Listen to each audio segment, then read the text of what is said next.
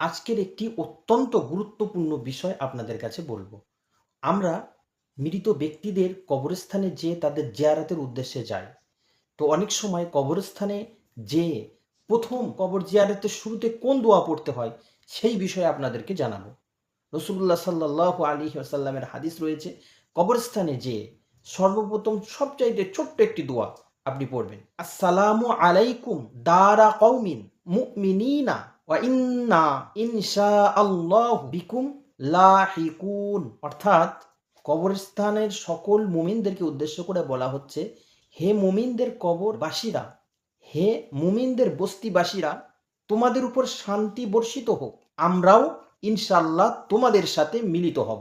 অথবা এই দোয়াটি পড়তে পারেন, আসসালামু আলাইকুম ইয়া আহলাল কুবুর ইয়াগফিরুল্লাহ লানা ওয়ালাকুম ও আনতুম সালাফুনা ও নাহনু বিল আসার। এই দোয়াটি পড়তে পারেন।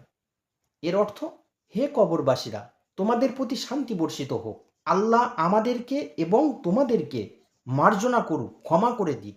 তোমরা আমাদের আগে গেছো, আমরা তোমাদের পরে তোমাদের পিছনে পিছনে আসছি। অর্থাৎ তুমিও জিন্দা ছিলে, যেমন মারা গেছো, যেমন কবরস্থ হয়েছ, আল্লাহ আমাকেও জিন্দা রেখেছে, আজ না হলেও কাল আমাকেও তোমাদের পিছনে বা তোমাদের পাশে আমাকে স্মরণ করতে